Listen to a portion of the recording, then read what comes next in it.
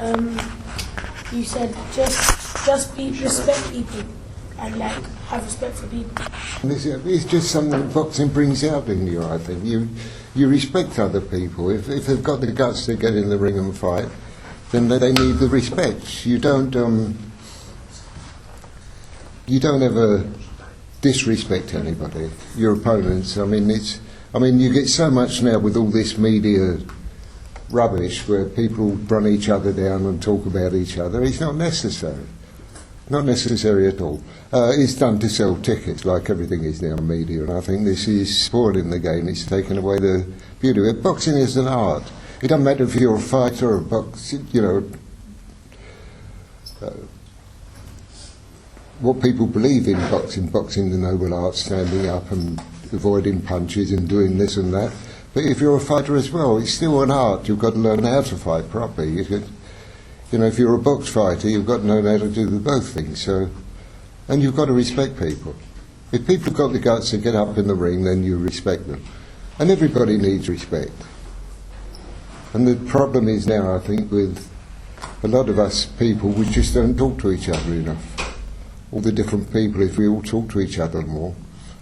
And boxers are not just like people that seem to have the opinion of them with cauliflower ears and flat noses and a bit simple. It's all wrong. Some of the most intelligent people I know are boxers, and they are great people. What did boxing teach you? I don't know what it taught me. It taught me to respect people. It taught me a lot of things, and to like people and take people for who they are.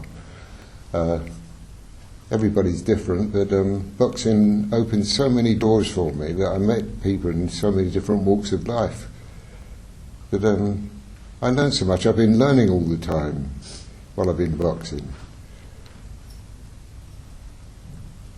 There's a lot more to boxing than just going and beating someone up. You have to think about it, and as I say, you never hated your opponent. Your opponent wasn't someone to hate. He was just an opponent, someone who wanted to beat you, and you wanted to beat him. You didn't want him to beat you. This was what it's all about. So, no, I think it taught me respect for people, and I do respect people, all people. I think we're all the same.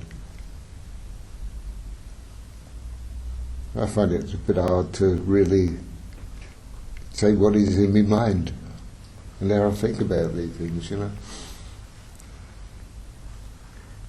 I've met all sorts of people as well, and since I've been boxing, I've packed up boxing a long time ago now, but I was still involved in it, and I still meet people, and nice people like all you young boys now. And this is what's good about it. And we're all different, aren't we? I mean, I don't know what countries we come from. I mean, I come from a foreign country originally, or my ancestors did originally, and this is what England's like. And so why don't we get on as well as we should? Because we don't, do we? We don't get on as well as we should be. And I think it's because we don't know each other as well as we should do. And if we talk to other people who come along and talk to you like I'm talking now, and you can talk to them, because I don't think you've got any doubt that you can talk to me. So what's the difference, Why would boxing, a sport that is about violence, why would that be something that would bring people together, and how does that teach people about respect? To me, it's never been a violent sport.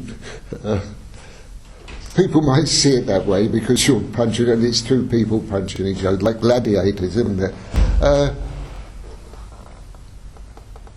It's just something that you're able to do. I mean, this is what it was. It was something that I wasn't good at anything, really. I hadn't had much education, I hadn't done much.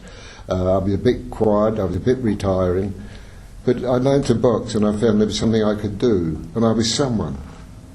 I suppose everybody's got an ego, and you want something to push that ego and get something with it. And once I could box, I suddenly found I was someone. People knew me, wanted to know me. People would wave to you in the street, they'd pass and say hello, and I mean, you don't know half of them were, but they knew you. And this made all the difference. It made you a different person, I suppose. It made you more confident that you could talk to people. I mean, I always talked a lot, I suppose, but I never thought about talking so much till I finished work. I retired from work, went to the Ragged School Museum and talked to a few people there, and then they asked me to talk to school children. And I used to talk to classes of school children about growing up in the 30s, how we lived, you know. And I found I could talk, and I could keep a class of children quiet for an hour. And so, you know, I found, well, now I can't do physical things now, so I'll just talk, and this is all I do now, is talk.